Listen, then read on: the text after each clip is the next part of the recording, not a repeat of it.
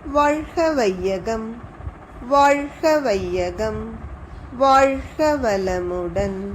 குருவே துணை. அனைவருக்கும் அன்பு வணக்கம். ஆசான் அருட்தந்தை வேதாத்ரி மகரிஷி அவர்களது ஞான களஞ்சிய கவிதைகள் படித்து கொண்டிருக்கிறோம். இன்று கவி எண் 167. சமுதாய சீரழிவுக்கு லஞ்சமே காரணம் என்பது தலைப்பு.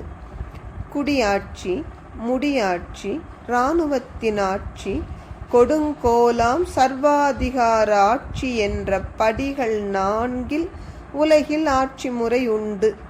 பண்பாட்டில் சிறந்த ஒன்று இதுவரையில் இல்லை. தடி ஆட்சி அனைத்து நாடுகளிலும் இக்காலம் தழைத்து வருகின்றது. அதன் காரணம் அறிந்தால் கொடிகட்டி பறக்கிறது லஞ்சம் எனும் கொடுமை. குற்றங்கள் பெருகி சீரழிகிறது வாழ்வு. இன்றைக்கு மனிதர் வாழ்வு எப்படி சீரழிந்து கொண்டிருக்கிறது என்று பார்த்தால், சரியான ஆட்சி முறை அமையாதது ஒரு காரணம். பொதுவாக ஆட்சிகளை நாம் ஆட்சி முறையை 4ஆக பிரிக்கலாம்.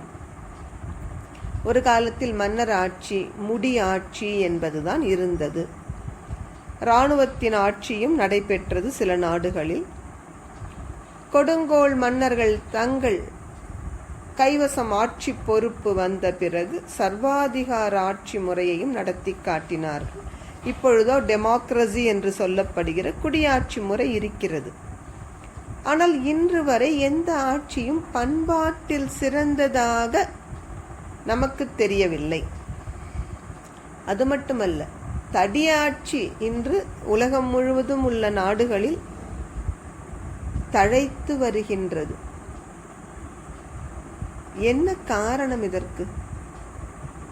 தடி எடுத்தவன் தண்டல்காரன் என்று ஒரு பழமொழி சொல்வார்கள். யாரிடம் வலு இருக்கிறதோ அவன் அடித்து பிடுங்குகிறான். இதுவா நீதி? மனிதர் அறிவு இதற்கா இத்தனை உயர்ந்து வருகிறது?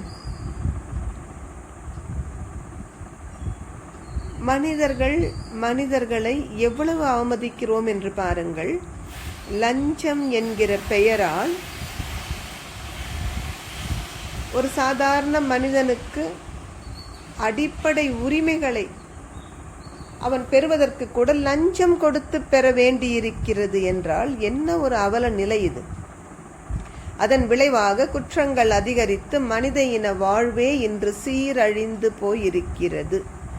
சிந்திப்போம், அறிவில் உயர்ந்த ஆட்சி முறையை வகுப்போம். நன்றி. வாழ்க வளமுடன்.